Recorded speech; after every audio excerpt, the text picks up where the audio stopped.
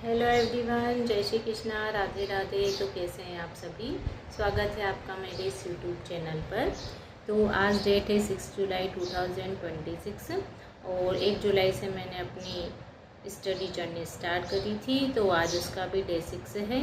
तो आज मैं बताती हूँ आज मैंने क्या क्या पढ़ा। तो आज मैंने पढ़ी इंग्लिश में 10 नई स्पेलिंग्स जो कि करेक्ट स्पेलिंग में पूछी जाती है। इसके बाद हिंदी में जो है वो मैंने पढ़ा वाक्य टॉपिक। ये बहुत इम्पोर्टेंट होता है क्योंकि हर जनरल पेपर में यहाँ से 2 से 3 क्वेश्चन पूछे जाते हैं, संयुक्त वाक्य, साधारण वाक्य, मिश्र वाक्य के।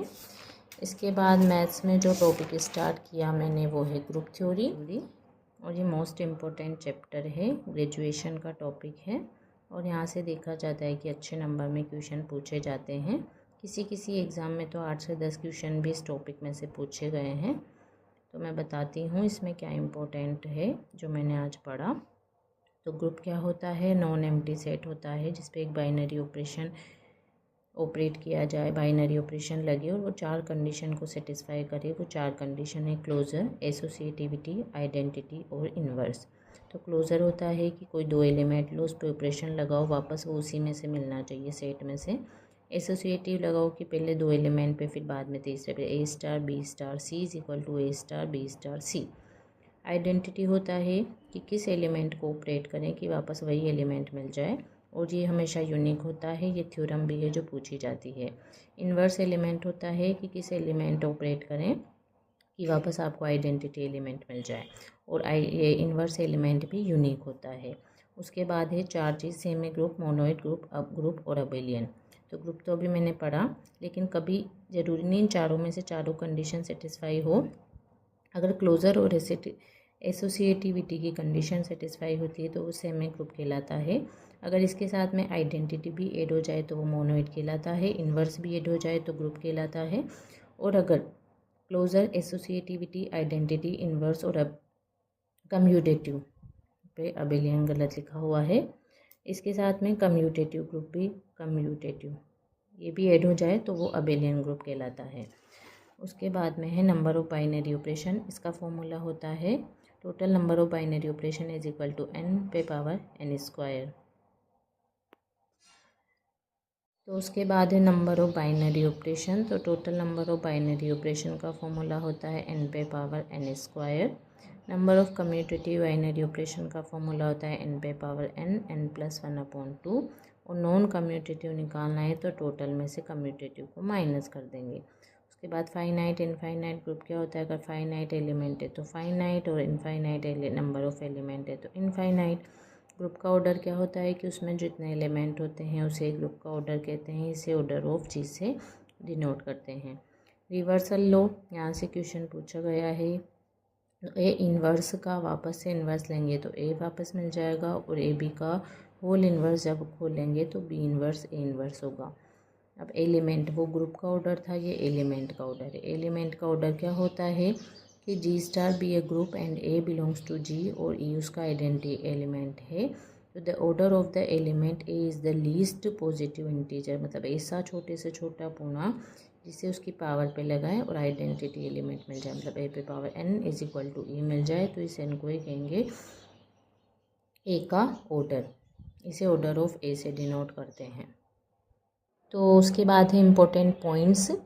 ये काफ़ी इम्पोर्टेंट है क्योंकि यहाँ से बहुत क्वेश्चन बनते हैं, जैसा कि मैंने PYQ में देखा है। तो पहला पॉइंट है कि the order of the identity element E is always 1, मतलब आइडेंटिटी एलिमेंट का जो ऑर्डर होगा वो 1 होगा और ये केवल आइडेंटिटी एलिमेंट का ही होगा, बाकी एलिमेंट का नहीं हो सकता। दूसरा है कि एलिमेंट का ऑर्डर हमेशा लेस देन या इक्वस टू होगा ग्रुप के ऑर्डर से। और ये तो अपन सोच भी सकते हैं कि ग्रुप तो बड़ा है, उसका एलिमेंट है ए, तो उसका ऑर्डर हमेशा जी के ऑर्डर से क्या होगा, लेस देन या इक्वस टू होगा। थर्ड पॉइंट है कि order of A is equal to n, then a पे power m is equal to e, मतलब मान लो n है और ए पे power m equal to e दे रहा है। If n only if m is multi, तो ये कब पॉसिबल होगा, जब m किसका मल्टीपल हो, n का, मतलब n का, या n divides m।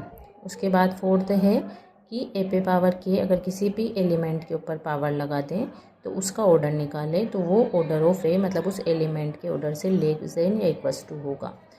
Third point है कि किसी भी एलिमेंट का और उसके इन्वर्स का ऑर्डर जो है वो इक्वल टू होते हैं। उसके बाद जो है 6 पॉइंट वो है, ये बहुत यहाँ से बहुत क्वेश्चन बनते हैं और एक क्वेश्चन बना भी हुआ है जो मैंने नीचे लिखा है। ऑर्डर ऑफ ए पे power P is equal to होता है order of A upon GCD मतलब होता है ग्रेटेस्ट कॉमन डिवीज़न एन और पी का। तो यहाँ से हो जाएगा, अब ये क्वेश्चन मैं बताऊँगी कि ये क्या है। Order of A is equal to होता है order of X inverse A X के, जहाँ पे एक्स ग्रुप का एलिमेंट है और ये प्रॉपर्टी पूछी गई है एम्पिटेट वर्ग 1 में।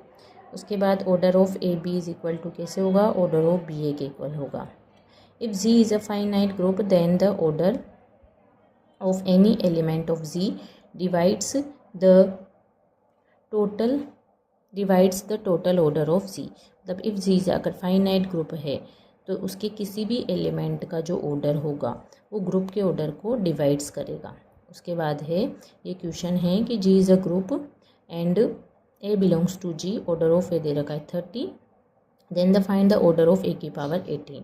जो यहाँ फॉर्मूला पढ़ा था कि ऑर्डर ऑफ ए पे पावर पी कैसे निकालते हैं, तो ये रहा, इसका फॉर्मूला है n अपॉन GCD NP का।